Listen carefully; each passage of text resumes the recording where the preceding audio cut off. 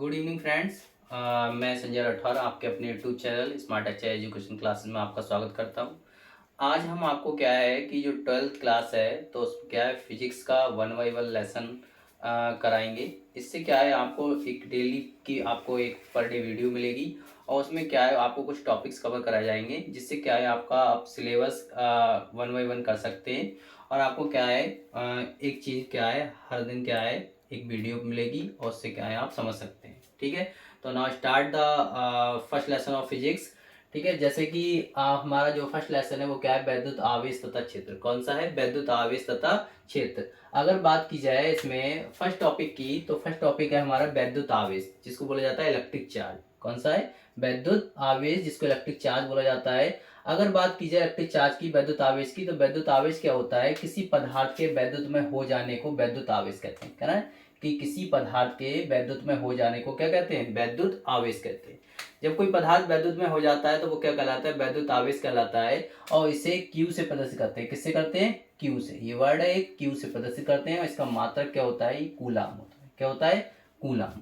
अगर बात की जाए कि वैद्युत आवेश का मात्रक क्या होता है, तो वैद्युत आवेश का मात्रक जो होता है वो होता है कूलाम। ठीक है, और इसको क्यू से डिनोट करते हैं हम। और फॉर्मूला क्या होता है इसका कि Q बराबर I इंटू टी। क्या होता है?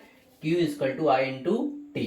ये इसका फॉर्मूला होता है इलेक्ट्रिक चार्ज का। ओके, तो अब बात करते हैं कि आवेश दो प्रकार का होता है। आवेश कितने प्रकार का होता है? आवेश दो प्रकार का होता है। एक होता है धनावेश और एक होता है ऋणावेश। धनावेश को हम बोलते हैं पॉजिटिव चार्ज और ऋणावेश को बोलते हैं नेगेटिव चार्ज। ठीक है, तो ये धनावेश पॉजिटिव चार्ज हुआ और ऋणावेश नेगेटिव चार्ज हुआ।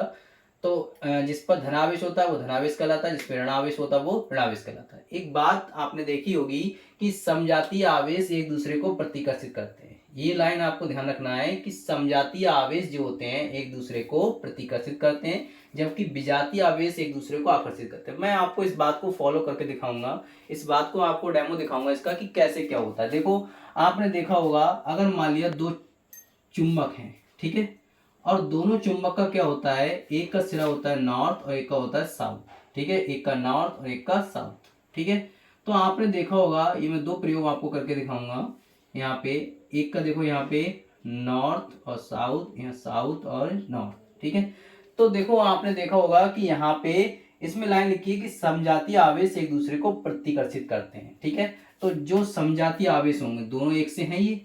ठीक है, तो ये समझाती है यानी कि ये नॉर्थ से रहा है, ये साउथ से रहा है, तो साउथ और साउथ दोनों मिल जाते हैं। तो ये जब मिलते हैं तो जब समझाती सिरे होते हैं तो वो क्या है? एक दूसरे को क्या करते हैं? प्रतिकर्षित करते हैं। मतलब आपने देखा होगा दो चुंबक आपने लिए होंगे, दोनों के सिरे अगर एक मिला देते हैं तो हम वो क्या है? चुंबक अपनी प्रतिकर्षित करता है, भागता है वहां से। ठीक है, तो ये तो हो गया प्रतिकर्षित करना। जब विजातीय आवेश होते हैं, विजातीय मतलब होता है दूसरे एक दूसरे से क्या है? अलग आवेश हो। जब एक दूसरे से अलग आवेश होते हैं, डिफरेंट आवेश होते हैं, तो वो क्या होते हैं? आराम से चिपक जाते हैं, तो उसको बोला जाता है। जबकि विजातीय आवेश एक दूसरे को क्या करते हैं? आकर्षित करते हैं। जब आवेश क्या है दोनों अलग अलग होते हैं तो वो एक दूसरे को आकर्षित कर लेते हैं, और जब आवेश जो है इनकी समजातीय होते हैं तो वो क्या है? उसको प्रतिकर्षित करते हैं। ठीक है, नाउ क्लियर? ठीक है, तो समजातीय आवेश क्या है? एक दूसरे को प्रतिकर्षित करते हैं, जबकि विजातीय आवेश एक दूसरे को आकर्षित करते हैं। अगर बात की जाए विद्युत आवेश संरक्षण का नियम, ठीक है, किसकी? विद्युत आवेश संरक्षण के नियम की, law of conservation of charge. Law of conservation of charge. तो विद्युत आवेश संरक्षण का नियम क्या होता है कि आवेश को ना तो सुरक्षित किया जा सकता है, आवेश को ना तो सुरक्षित किया जा सकता है, ना नष्ट किया जा सकता है, बल्कि एक स्थान से दूसरे स्थान पर स्थानांतरित किया जा सकता है। ठीक है, अगर बात की जाए विद्युत आवेश संरक्षण के नियम की, तो विद्युत आवेश संरक्षण का नियम क्या होता है? आवेश को ना तो उत्पन्न किया जा सकता है, ना नष्ट किया जा सकता है, बल्कि एक स्थान से दूसरे स्थान पर स्थानांतरित किया जा सकता है। ये होता है विद्युत आवेश संरक्षण का नियम। ठीक है, जैसे मैं सपोज दैट आपको एग्जाम्पल से बताऊं कि जैसे मान लिया जैसे आवेश को ना तो उत्पन्न किया जा सकता है, जैसे मान लिया हमारी बॉडी है। ठीक है, हम बॉडी में क्या है? आवेश को क्या उत्पन्न कर सकते हैं? पैदा कर सकते हैं अपने आप से? नहीं कर सकते।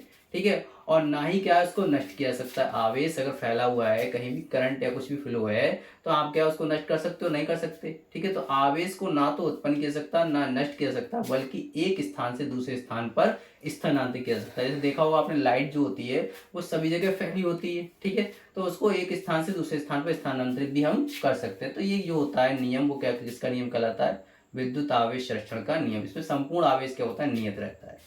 ठीक है, तो फिर अब अगला हमारा पॉइंट है, इसको पहले मैं रिटर्न करा दूं। ठीक है।